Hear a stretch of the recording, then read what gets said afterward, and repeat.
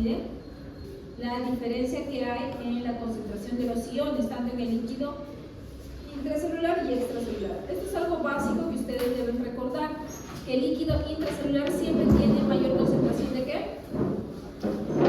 ¿Se ve? Muy bien. El intracelular que tiene, ¿qué cosa? ¿Qué ion tiene mayor cantidad? Potasio. Potasio tiene carga positiva, recuerden, ¿sí? Potasio, carga positiva. En el caso del extracelular, sodio, ¿tiene carga positiva o negativa? Positiva también. ¿Quién más está en grandes concentraciones en el extracelular? Cloro. ¿Cloro qué carga tiene? Negativa. ¿Por qué les estoy preguntando esto? Porque va a ser importante cuando hablemos del potencial de acción, ¿okay? De lo que pasa en la membrana. Vamos a hablar de cargas, ¿okay? Carga positiva o negativa. Ok, ahora, miren ustedes que no solamente en el líquido intracelular solamente hay potasio, también hay magnesio, útil para las reacciones como coenzima, tenemos a los ácidos grasos, proteínas, fosfatos. Mientras que en el líquido extracelular también hay bicarbonato, calcio un poquito, pero en comparación con él trae más. ¿Okay? Poquísima cantidad de proteínas, muy pequeñas. ¿Okay?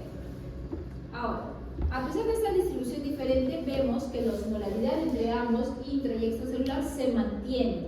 ¿Cómo se mantiene? ¿Okay? ¿Qué va a pasar? Va a haber un equilibrio. Entonces, la misma cantidad de agua que entra como de que sale se va a mantener. Ahora, ¿los iones también se pueden mover? Sí, los iones, los compuestos también se pueden mover. Y eso lo vamos a ver más adelante cuando vamos a ver transporte a través de las membranas. Ahorita vamos a hablar del agua solamente. ¿Sí? Entonces, habíamos visto este gráfico cuando veíamos el movimiento del agua entre el intracelular y el extracelular. Este se movía a través de ¿quién? De la ósmosis. Entonces, la ósmosis, ¿qué cosa es? Es el movimiento de agua. El agua siempre se va a mover ¿hacia dónde? Hay una regla, ¿ok? Se dice que el agua siempre va a seguir al soluto. ¿Ok? ¿Quién es el soluto? Digamos la parte forma. ¿Sí? ¿Quién serían los iones? Donde hay más concentración de iones, ahí se va a ir el agua. ¿Sí? Siempre. ¿Por qué se va a ir hacia donde hay más concentración de iones? Lo que pasa es que se piensa, ¿okay? Que el agua piensa que cuando hay mayor cantidad de iones en un lugar, cuando el agua vaya hacia ese lugar, lo que va a hacer es diluirlo para tratar de mantener el equilibrio entre ambos compartimentos. Es como si tomáramos de repente un café de repente muy cargado, yo para tratar de disminuir esa carga lo que voy a hacer es adicionar agua, ¿sí? Para disminuir, digamos. O si es muy azucarado una limonada, yo voy a agregar agua para disminuir la concentración de ese soluto, ¿sí? Entonces siempre el agua va a seguir al soluto, siempre, ¿sí? Y para la distribución del líquido intravascular y el intersticial tenemos las fuerzas de Starling, ¿sí? Las fuerzas de Starling tenemos dos tipos de presiones. Presión del agua, que se le conoce como la presión. ¿Cómo se llama la presión del agua? Presión hidrostática. Y la otra presión, que es la que se ejerce, que es desde las proteínas, osmótica, coloidosmótica, o también oncótica. Cuando es oncótica hablamos específicamente de las proteínas, ¿sí? Ya.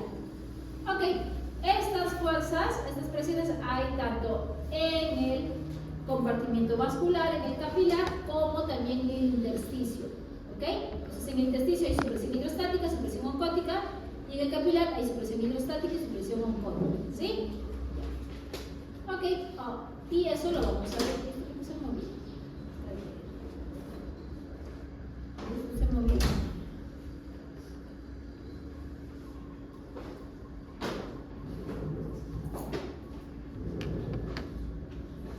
Vamos a verlo acá. Ya. Entonces acá tenemos, recuerden que este intercambio, este movimiento sucede ¿dónde? A nivel de los capilares. Y los capilares tienen un extremo arterial y un extremo venoso. ¿Ok? Entonces vamos a ver aquí. Acá está mi capilar y este extremo es el arterial.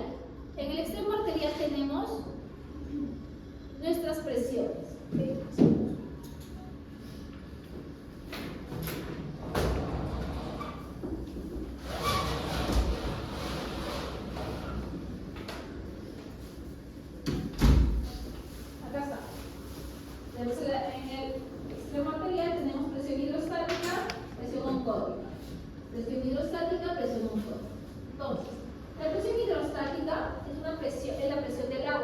siempre va a querer salir. Dice, la presión del agua siempre va a ir contra las paredes. Por eso es que siempre quiere salir, ¿ve? Está para acá. Siempre quiere salir de donde está contenido. En cambio, la presión osmótica es al revés. Lo que hace es, por el fenómeno de Gibbs-Donan, lo que hace es tratar de atraer agua. Entonces, lo que hace Gibbs-Donan es, como las proteínas tienen carga negativa, atrae a cargas positivas. ¿Quiénes tienen cargas positivas en el extra?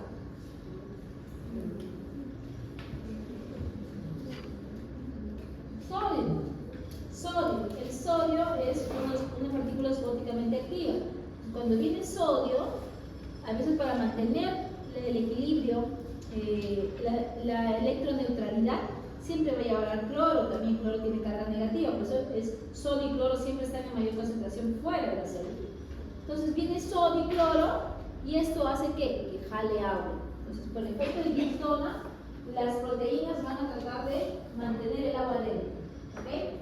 ¿Cómo ustedes pueden corroborar que les digo que el cloruro de sodio atrae agua? Dejen un poco de sal en su mesa. Van a ver que después de un rato eso está lleno de agua. ¿Sí? Porque atrae el agua. ¿Ya? Ok. Entonces, aquí tenemos ya, este es en el capilar. ¿Qué pasa en el intersticio? Este todo es el intersticio. ¿Sí? Acá hay una presión hidrostática. Sí, también. Esta presión hidrostática, ¿hacia dónde irá? Siempre les digo, siempre he dicho que siempre trata de salir de donde está, ¿sí? Si tiene el intersticio, entonces la hidrostática siempre va a tratar de salir. ¿Ok? Vamos a ver otro color para poder.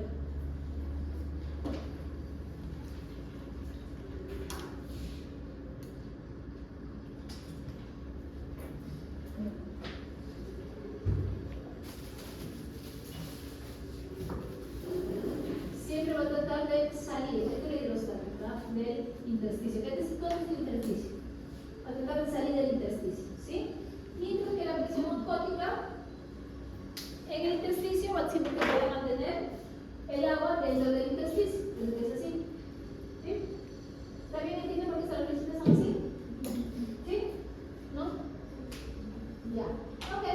Entonces, cuando hablamos de estos cálculos que vamos a ver, que se llama la presión neta, ya sea de filtración o de absorción, vamos a hablar aquellas fuerzas que están a favor de la filtración, pero a partir del capilar, ¿sí? Los que están a favor de la filtración son aquellas que van a salir. ¿Quiénes están a favor de la filtración? La hidrostática del capilar. ¿Quién más? La oncótica del intersticio, ¿sí? Están a favor de la filtración. ¿Y quiénes están a favor de la absorción? Quiere decir que el capilar absorbe. La hidrostática del intersticio y la oncótica del capilar. Ok. Entonces, ¿qué cosa hacemos para calcular qué cosa es lo que pasa en ese extremo? Sumamos las que están a favor, ¿ok?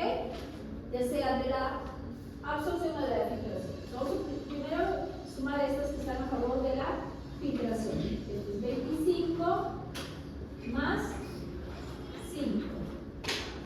¿Cuánto es? 30 milímetros de mercurio. Estas son las fuerzas que están a favor de la filtración. ¿Okay? Y las que están a favor de la absorción, ¿quién será? Presión osmótica capilar y presión hidrostática intersticio. 28. ¿Perdón? Sí, ¿cómo está el valor? Vamos a su valor, por ejemplo. Porque hay 5 acá, entonces presión osmótica 5 porque hay poquísimas proteínas.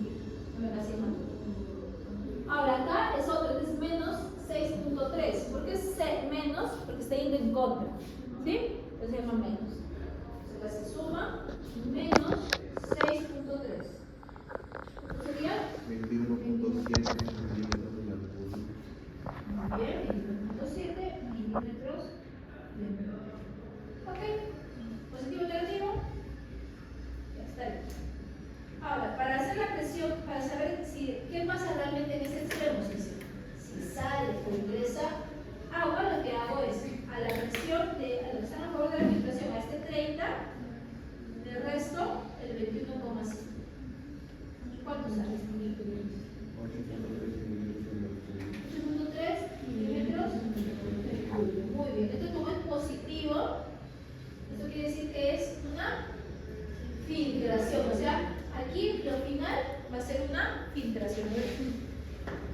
Está participando para afuera. ¿Qué más? ¿Qué más? ¿Qué más? No hablan. Me acuerdo por la voz. A mí se me quiere participar, ¿no? Entonces, aquí al final, ¿qué está pasando en el extremo arterial? Se va a filtrar. ¿Sí? ¿Cuánto se filtra? 8.3 milímetros. Tiene una presión de 2 una presión. Ok, lo mismo vamos a hacer aquí. Acá, ¿qué está pasando? Está pasando agua. ¿Sí? Porque la proteína no puede pasar. ¿Sí? Lo que se filtra es agua. ¿Qué pasa en el extremo venoso? ¿Cuánto estaba la presión hidrostática del capilar? 10. Ya, ¿por qué es 10 ahora y ese rato era 25? ¿Por qué será?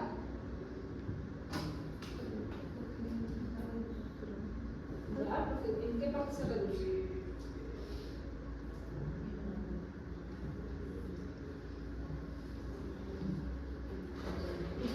Está bien, ¿ok?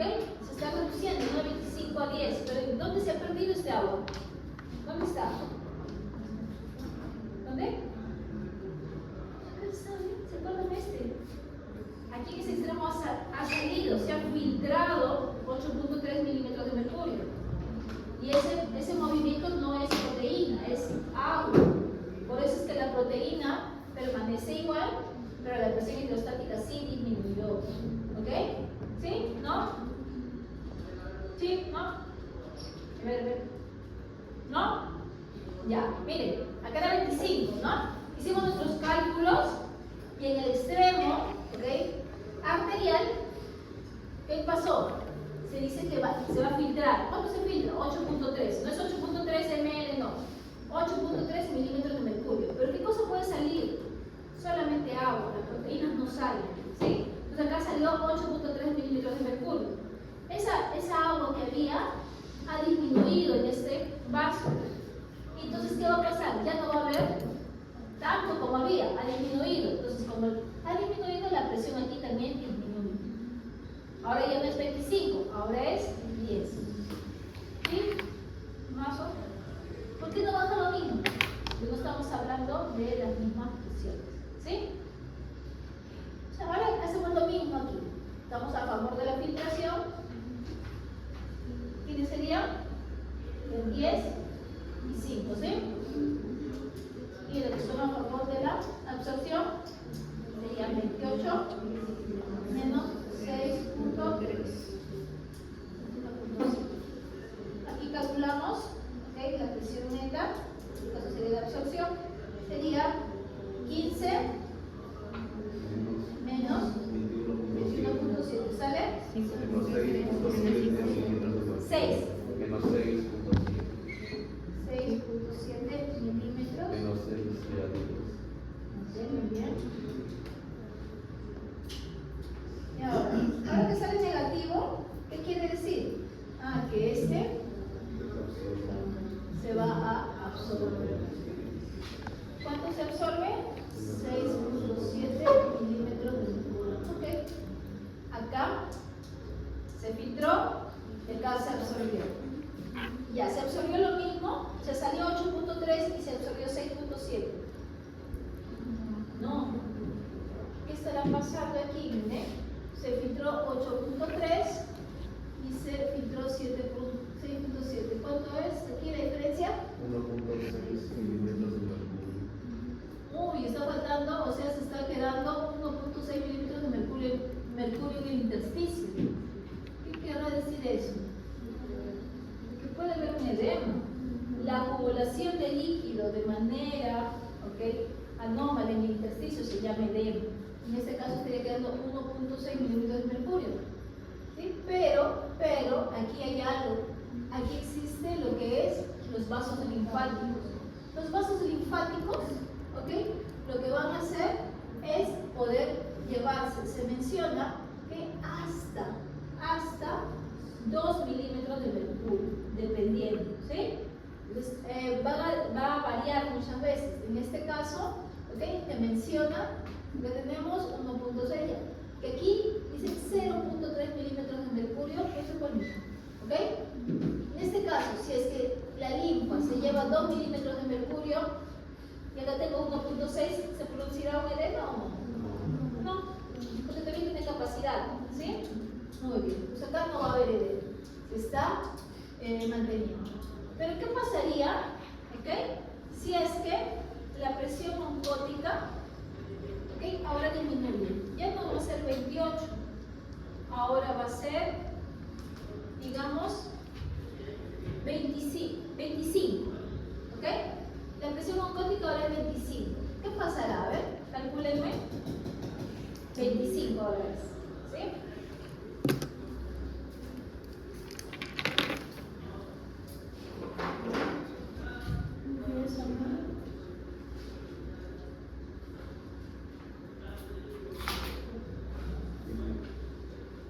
Filtraría 5.3. ¿Qué hay? ¿Edema o no hay edema?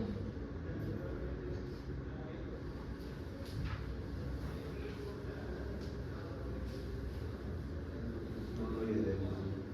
¿No? ¿Está 25 no hay? No. De todas maneras,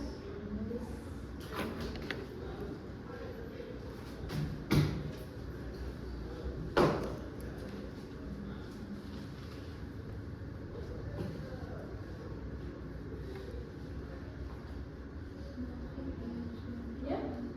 ¿No? ¿Sí hay? Ya tengo mis dos doctores que me están diciendo uno que no hay, uno que sí hay. Vean si yo desempate que existe.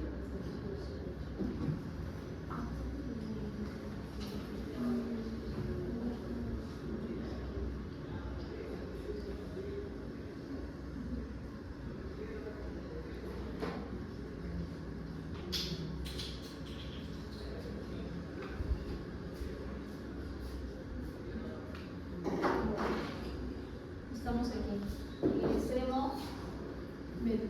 arterial. El extremo a favor de la filtración sería, ¿quién es? 25 más 5 serían 30, ¿sí? Y lo que está a favor de la absorción sería ahora sería 28, sería 25 menos 6.3. 18.7. ¿Y eso? 18.7. 7. Sí. Ok, entonces hago aquí mi resta. 11.3. Ok, entonces lo que va a pasar aquí es que se va a filtrar 11.3, ¿sí? Se filtra. Vamos al venoso. A favor de la filtración tenemos 10 más 5, 15. A favor de la absorción tenemos igual. Menos. 25 menos 7.3.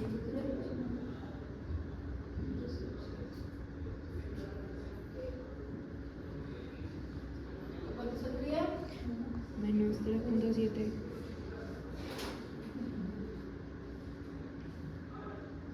¿cuánto? Menos 3.7. Menos 1. 3.7. ¿Cuánto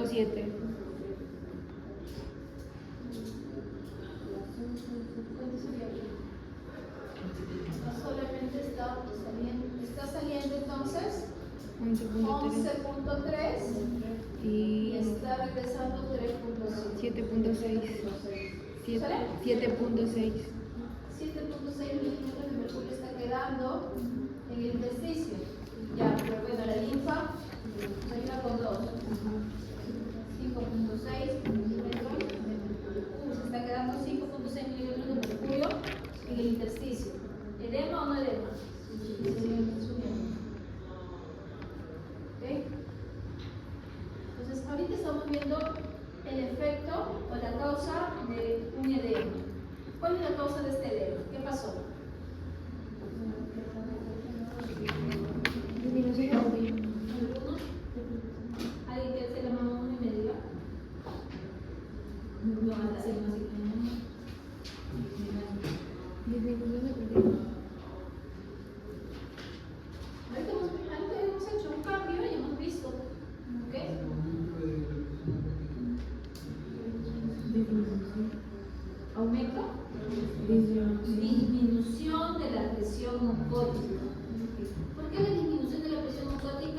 es uno de los factores que puede producir edema.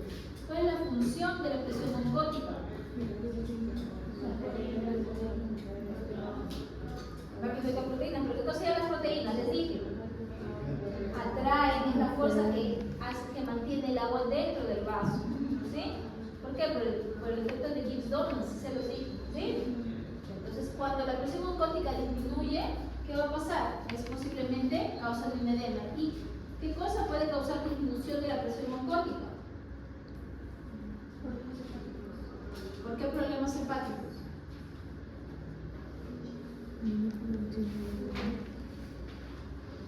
Porque el proteína disminuye en la luna. ¿Ya? ¿Por qué? Porque la presión oncótica está relacionada con las proteínas. ¿Cuál es la principal proteína de la sangre? La albúmina. ¿Okay? La albúmina. La albúmina es una proteína que se produce a nivel del hígado. ¿Okay?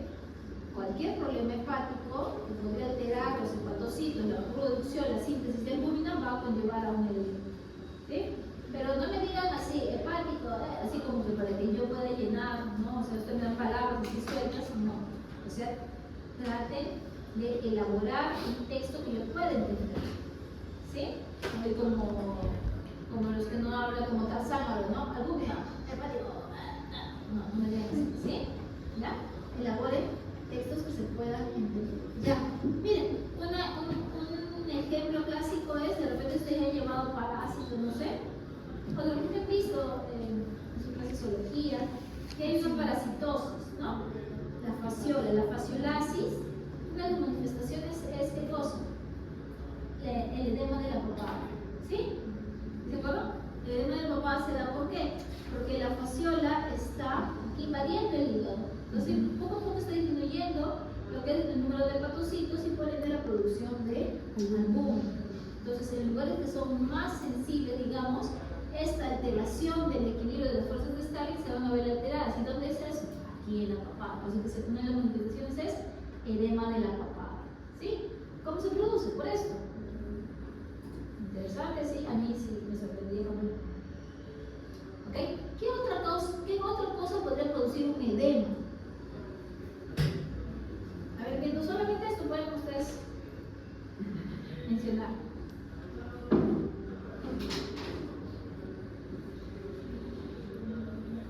Gracias, gracias. Una picadura. En el caso de la picadura, cuando hablamos de una picadura de un insecto, se le forma aquí como una bolita, ¿no? Ese es un edema, es un edema chiquitito. Pero ese edema se produce ¿por qué? Porque está habiendo una reacción inflamatoria donde se está incrementando lo que es la permeabilidad de los vasos.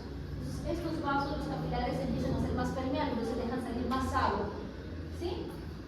O sea, incrementa la permeabilidad de los vasos. Por eso es una causa de edema dado por esta picadura de los insectos, por ejemplo, de reacciones inflamatorias, por eso se da el edema. Pero no está directamente relacionado con las fuerzas de Stalin. Una de las causas también puede ser esa. ¿Qué otra cosa más? Con las fuerzas de Stalin, a ver. ¿Cuál es la obstrucción en el vaso linfático? Muy bien, de por sí, ¿no? Cuando el sistema linfático no nos ayuda, en este caso, por ejemplo, el sistema linfático nos ayudó y no se produjo un edema. Pero si no hubiera el sistema linfático, se hubiera quedado 1.6. ¿Ok? Muy bien. ¿Más?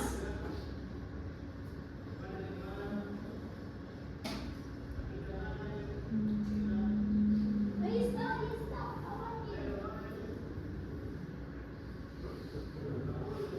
Uno es disminución de la presión oncótica, ¿sí? Muy bien, señorita. El aumento de la presión hidrostática va a hacer también que se produzca un edema. ¿Por qué? Yo creo que la presión hidrostática está a favor de que salga el agua, ¿sí? Salga el agua. Muy bien. La presión hidrostática en el capilar va a ser. ¿Ese pequeño profesor? Ubicación, ¿sí? Ok. Ya tenemos las causas, ya hemos visto lo de la reacción inflamatoria. Eso es edema. ¿Sí? Acá hay una fórmula, pero si saben, como hemos visto, como hemos marcado cada uno de los valores, ¿okay? Vamos a verificar sin necesidad de una fórmula, solamente empleando lo que es el criterio. ¿Sí? Es el criterio que es lo que nos falta muchas veces. ¿Sí? ¿Sí? ¿Ya? Aquí, ¿algo más aquí? ¿Alguna pregunta? ¿Queja? ¿Duda? ¿No? Ya. Vamos ahora a ver el siguiente que hemos visto, que era la osmolaridad.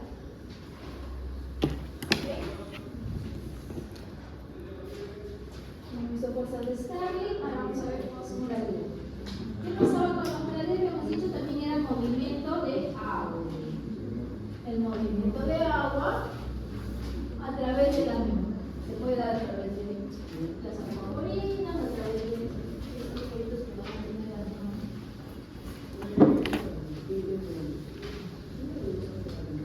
Entonces vamos a ver. Para trabajar la ósmosis, por lo general se utiliza a un glóbulo rojo. ¿Por qué? Porque es una manera fácil de tener una célula de manera independiente. ¿Okay? Es lo mismo que sucede, es lo mismo que puede suceder, por ejemplo, en el vaso sanguíneo. ¿Sí? Porque lo que vamos a ver es que a través de las células es donde va a filtrarse esa agua. Entonces tenemos aquí nuestro glóbulo rojo. ¿Sí? Este glóbulo rojo tiene una osmolaridad. La osmolaridad, habíamos dicho que a pesar de que hay una distribución diferente de los iones en el intra y en el extra, al final la osmolaridad tanto en el intra como en el extra se mantienen iguales. ¿Cuánto es la osmolaridad normalmente que se utiliza? 282 miliosmoles, 284, pero para términos, para cálculos, se menciona que son 300 miliosmoles. ¿Ok? Es un promedio, puede variar, pero para términos fáciles, vamos a decir que la osmolaridad del eritrocito está en 300 miliosmoles. Eso varía, digamos, incluso varía entre especies. Aquí 300 miliosmoles, su osmolaridad, su concentración, la osmolaridad es una medida de concentración también. Entonces, de acá afuera hay la misma concentración, 300 miliosmoles. ¿Qué pasará con el agua? ¿Qué dice? ¿Saldrá? ¿Qué estamos viendo? Que adentro y afuera están iguales. Entonces, como están en equilibrio, digamos, no hay más concentración aquí afuera. ¿Qué va a pasar? Lo que ingresa va a ser lo mismo que lo que sale. ¿Sí? Va a haber un cambio en el eritrocito, ¿no? Porque está en la misma concentración. A esto se le conoce como soluciones isosmóticas o isotónicas, que son diferentes. Hay una diferencia, vamos a ver. ¿Sí? Pero ¿qué pasa si ahora, miren, cómo es esta solución? Ahora, ¿cómo está la solución? ¿Más concentrada o menos concentrada?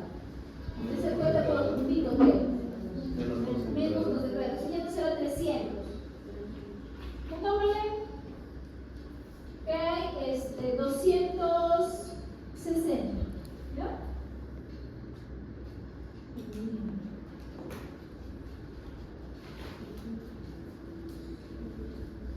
Aquí, ¿cuánto había? 300. Oye, ahora sí. ¿Hay diferencia o no hay diferencia? Sí. ¿Ok? Entonces, ¿qué les había dicho del agua? El agua hacia dónde siempre quiere ir. Donde hay mayor concentración de solutos. ¿Sí? ¿Ahora dónde hay más concentración de solutos? Dentro. Entonces, por eso el agua va a ingresar. ¿Qué va a pasar con ese glóbulo rojo? ¿Qué está pasando? Miren afuera. Se hincha, se desincha más. ¿De qué va a depender? De la diferencia que hay aquí. Porque puede ser 290, hay una diferencia, pero no va a ingresar tanto. A mayor diferencia, más agua va a ingresar. Hasta un punto que incluso puede lisarse. ¿Sí? En el otro caso, ¿qué estamos viendo aquí? Afuera hay más concentración, ¿sí? ¿Qué podemos ponerle aquí? ¿Qué valor podemos ponerle? A ver. 400. Ya, 400. Y aquí también era 300. Entonces, ¿dónde hay mayor cantidad de solutos? Fuera. Por eso es que el agua, ¿hacia dónde está yendo? Está saliendo, ¿sí? Está saliendo. ¿Sí? Está saliendo. está yendo. No crean que esto dice que está saliendo, entonces está acá. O sea, de la célula está saliendo. Está saliendo. Por eso es que la célula, ¿cómo se está volviendo? Se está perdiendo tamaño, se está drenando. Y eso vamos a usarlo después en la práctica del plan. ¿Sí? Entonces, eso es un medio, el último es un medio hiperosmótico o hipertónico, dependiendo. El del medio es un medio hipo, porque es más bajo. ¿Sí?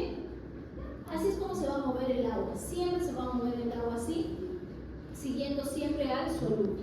¿Sí? Ahora, ya eso creo que lo vamos a ver. Hay una medida, ¿okay?, que se utiliza, que se llama el hematocrito. ¿Sí se acuerdan? Ya. El hematocrito es un porcentaje.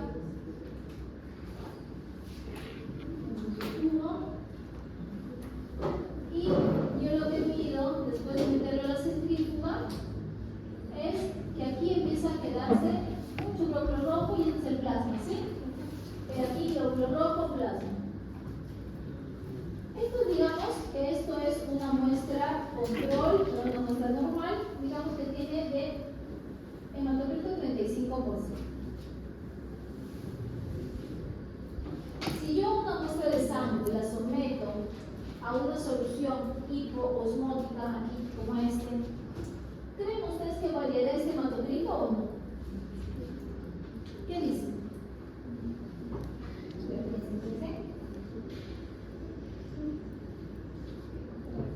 Ya. Yo tengo una muestra de sangre y esa muestra de sangre le voy a adicionar esta solución. ¿Sí? Una solución hipoosmótica. ¿Pasará algo con el hematocrito? Pues los glóbulos rojos se van a hinchar y se van a proceso análisis y se van a cambiar de porcentaje. Ya. Claro, hay dos caminos, ¿sí? Si la solución hipoosmótica es muy hipoosmótica, puede suceder que se dicen todos los glóbulos rojos y este hematocrito puede disminuir muchísimo. Pero ¿cómo me voy a dar cuenta que ha sucedido eso? Tengo mi grito y de repente todo, digamos aquí, todos los rojos que han sobrevivido, todo este plasma. ¿Cómo me voy a dar cuenta? Porque esto está pero muy rojo, el plasma está muy rojo. ¿Por qué? Por la lisis. ¿Okay? Si ha lisado y está muy rojo, todo el contenido del glóbulo rojo ha salido.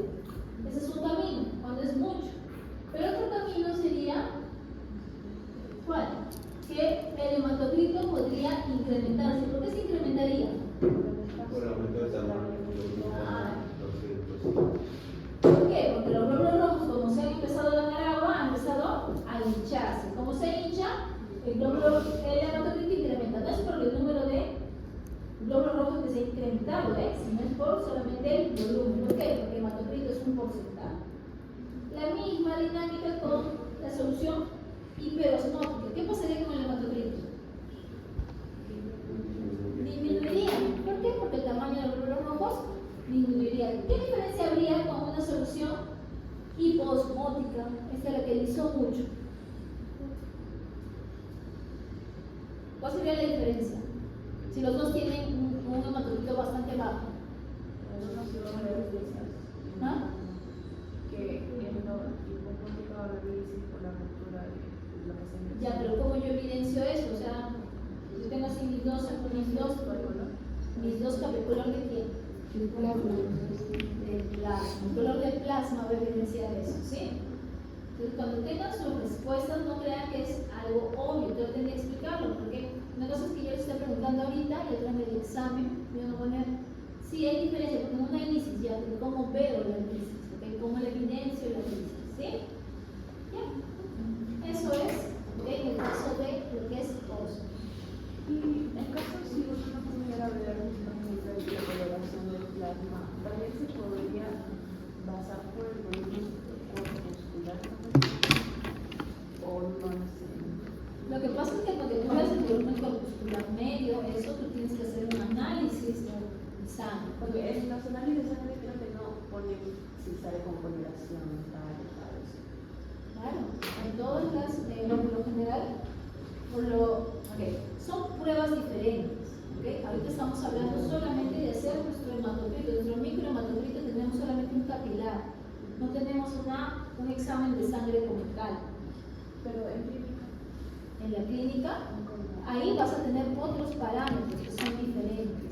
Parámetros que están relacionados con la cuenta de los glóbulos rojos y también lo que son otros indicativos que te van a decir te van a dar ciertas pautas de lo que está pasando en la sangre, sí, pero siempre y cuando tú no sepas, ¿okay? Porque tú puedes tener parámetros, pero si tú no lo sabes interpretar, no te va a servir de nada.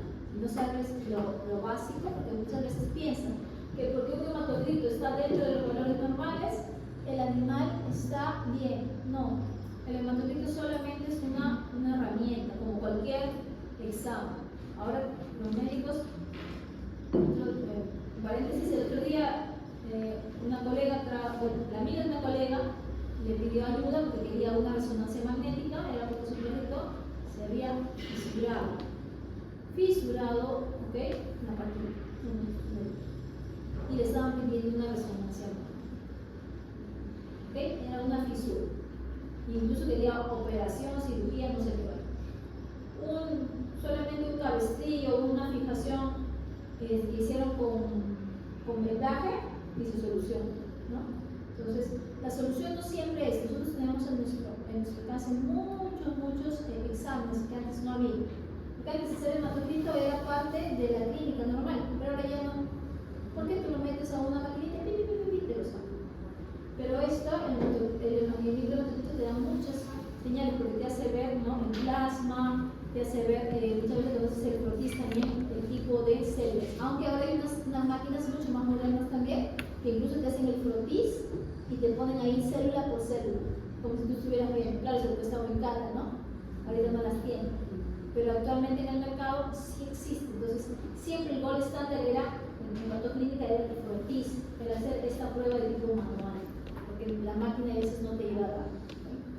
Ahora, lo que te dicen los valores corpusculares medios, te van a hablar de los tamaños de los glóbulos rojos, ¿okay? Te van a hablar de si tienen también la coloración, y ahí se valora lo que son las anemias, por ejemplo.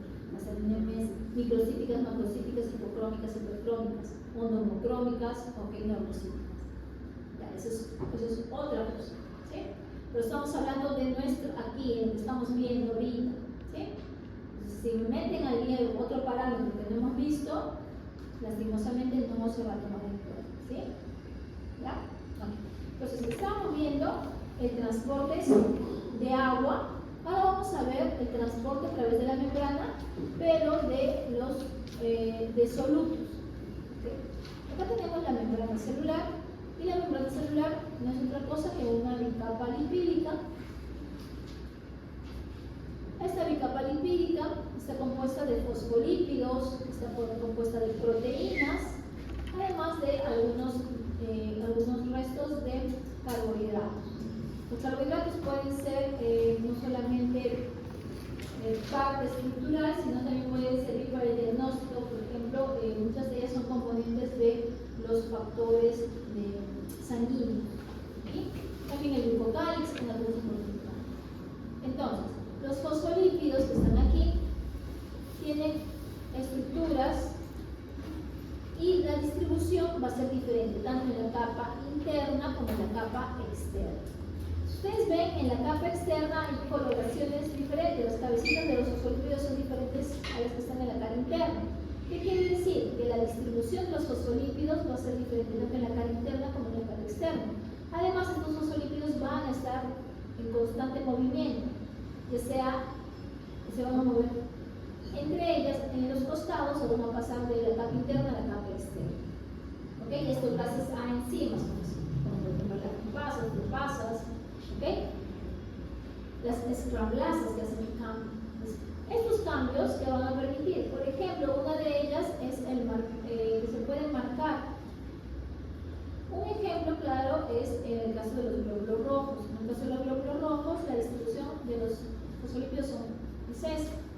Sin embargo, cuando los glóbulos rojos ya alcanzan su vida total, digamos, su periodo de vida, aproximadamente 120, ¿qué va a pasar? Que hay algunos fosfolípidos que van a expresarse en la cara externa. Estos son los de la cara interna, ¿ok? Entonces, vamos a ver que va va a expresarse, por ejemplo, la fosfatidilcerina se expresa en la cara externa. Cuando se expresa esta fosfatidilcerina en la cara externa, el glóbulo rojo, el macrófago va a tener receptores para esta fosfatidilcerina. La identifica y la saca de circulación, se lo come, ¿sí? Pero solamente cuando el glóbulo rojo ya está viejito, cuando ya cumplió su vida. Entonces, una de las funciones adicionales de los fosfolípidos es eso, como un marcador, ¿okay? Para que pueda sacarse. Adicionalmente, vamos a ver que los fosfolípidos también tienen otras funciones, como cuáles, por ejemplo, actúan como segundos mensajeros. En este caso tenemos a la fosfolipasa C. La fosfolipasa C actúa como una enzima. Cuando viene un agonista, se une a su receptor y este receptor está acoplado a una proteína G, esta proteína G va a desplazar, va a liberar la subunidad alfa y esta subunidad alfa va a activar a la fosfolipasa C. La fosfolipasa C, como les decía, era una enzima. Esta cataliza la reacción del PIP2 a IP3 y desilicicerol. ¿Para qué la cataliza? Para que el IP3 incremente la liberación de calcio del retículo endoplásmico y que el desilicicerol active, fosforile muchas más proteínas para que produzca una respuesta. Entonces, las fosfolipasas, ¿okay? Los fosfolípidos, los fosfolípidos no solamente tienen la función de componente de la membrana celular, sino también tienen otra función que es la de ¿qué? La que va a ser señalización celular, ¿okay? Para que sea removido, como habíamos visto, el glóbulo rojo o el macrófago. Y también tiene implicancia en la comunicación celular, aquí como segundo mensajero, ¿sí? Entonces, esa es una de las explicaciones que se dan sobre los fosfolípidos de la membrana. Aquí tiene la composición de la membrana celular, siendo las proteínas las que están en mayor proporción. ¿Por qué las proteínas? Porque las proteínas son las encargadas de formar esto, lo que son los canales, los transportadores, los poros, y estos están en gran cantidad de la membrana. Esto permite que ellas puedan dejar pasar elementos que no serían permeables. ¿Por qué? Porque la permeabilidad de la membrana celular está basada en cargas y tamaños de las moléculas. Tienen un paso libre a la permeabilidad, ¿quién? Las moléculas pequeñas, las que no tienen carga y, por ejemplo, los gases. Por eso es que a nivel del alveolo capilar, se va a dar la difusión sin. ¿Por qué? Porque el CO2 y el oxígeno pasan libremente. En el caso de que existen ya algunas moléculas que ya no son tan pequeñas, pero todavía tienen ciertas características como que tienen polaridad, pueden pasar pero con ayuda, ¿sí? Aquí tenemos el glicerol, tenemos el agua, que va a pasar a través de las acuaporinas, ¿okay? Pero hay moléculas que no van a poder pasar, por ejemplo aquellas que son grandes, o que tienen cargas, o que no son liposolubles. Estas necesitan sí o sí ayuda. Y esa ayuda se la va a dar ¿quién? Las proteínas. Las proteínas que van a formar ya sea canales, poros o transportadores. Aquí tenemos, miren, acá está una proteína que está formando un canal. Y estos canales van a tener diferentes clasificaciones, ya sea por la cantidad de moléculas que transportan, que son un importe, o más de una, que sería cotransporte. El cotransporte puede ser sin porte, se llama así, cuando van en la misma dirección ambas moléculas, o antiporte cuando están en diferentes direcciones. Ahora, tenemos aquí el transporte pasivo y el transporte activo. Una diferencia puntual entre ambos es que el transporte pasivo no utiliza ATP directamente y principalmente es que siempre va a ir a favor de la gradiente, ¿sí? Esa es la gran diferencia, a favor de la gradiente, siempre, siempre, siempre, ¿sí? En cambio, el transporte activo siempre va a ir en contra de la gradiente y va a utilizar ATP. No quiere decir que el transporte pasivo no utilice energía, sí utiliza energía, pero la energía propia de ellos, la energía cinética, ¿sí? Tres tipos de transporte pasivo. Difusión simple, es por las moléculas que tienen paso libre a través de la membrana, como el CO2, el oxígeno. Y Difusión facilitada. La difusión facilitada son por dos vías también. Una que se le conoce como los canales iónicos, ¿ok? Y los canales iónicos van a variar, ya sea por dependientes del ligando, ¿ok? O dependientes del voltaje. Y el otro que es a través de los transportadores. Difusión facilitada son iguales los dos, pero ¿cuál es la diferencia entre canales y transportadores? Claro, hay cambios estructurales en los transportadores, en cambio en el canal nada, no hay ningún cambio, ¿ok? Esa es la gran diferencia.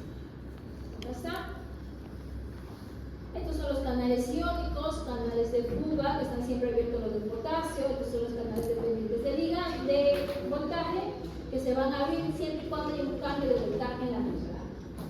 Los dependientes del ligando, ¿okay? Van a aperturarse cuando se una un ligando. Un ligando es es una hormona, es un neurotransmisor que va a permitir que se abra este canal.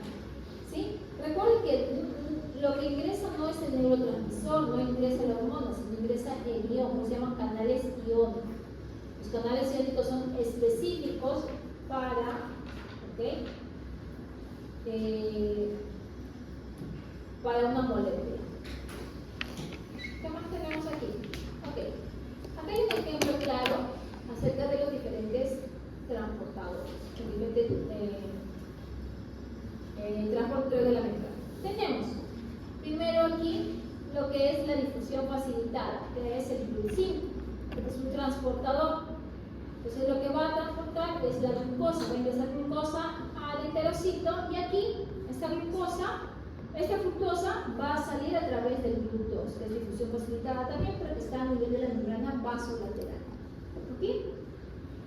Ese es para fructosa. ¿Pero qué pasa con glucosa, galactosa? Glucosa y galactosa necesitan otro tipo de transportador. Y este transportador se llama el SGLT. ¿Por qué se llama SGLT? Porque se llama transportador de sodio y de glucosa. Lo que hace es transportar un sodio y una glucosa. Dos sodio y una glucosa. Pero, ¿por qué se llama secundario? Porque está utilizando la energía del ATP de manera secundaria. ¿Cómo? Este sodio de aquí es el que viene de la bomba de sodio y potasio TPase. La bomba de sodio y potasio TPase es un transporte activo primario. ¿Sí? Transporte activo primario, ¿por qué? Porque utiliza el ATP de manera directa. Y lo que hace es sacar sodios e ingresar potasios. Eso está, este transporte está bien, ¿qué dice? ¿Es a favor o en contra de la gradiente? En contra de la gradiente. Entonces, ¿sacar sodio está bien y meter potasio está bien o no?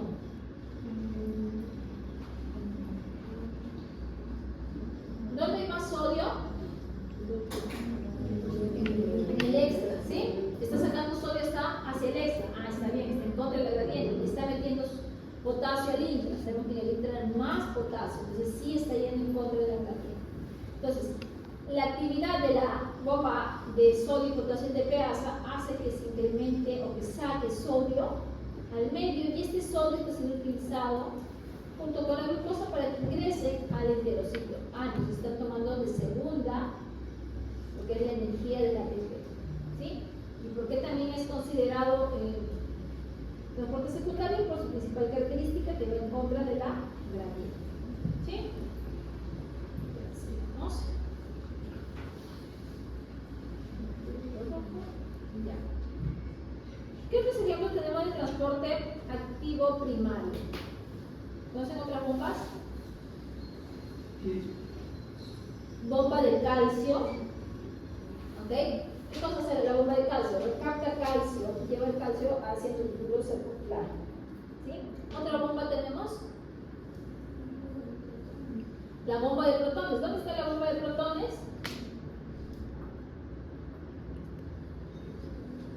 Bien, eso está en el estómago, específicamente en las células parietales, las que producen ácido clorhídrico. ¿Qué cosa hace? Saca hidrogeniones y recoge potasio. ¿Sí? ¿Ya? Siempre les voy a preguntar un ejemplo de transportadores. activo y transporte pasivo. ¿Y qué es lo que hace? No solamente tiene que poner bomba de sodio y TPase y ya, no, sino qué pasa con la bomba de sodio y TPase, qué cosa hace. ¿Ya? Ok. Sigamos. ¿Cómo está? Lo veo ahí medio apagado, está protegiendo el sueño. ¿Cómo va? ¿Está bien? Estoy aburrido, ya yo te estoy haciendo otra cosa. Ya, aquí vamos a la práctica 320, ¿no? Como los veo apagados y esto es un poquito más denso, tómense 10 minutitos más, ¿ya? Estírense, porque ya se ha visto ya muy... Otra cosa que van a hacer.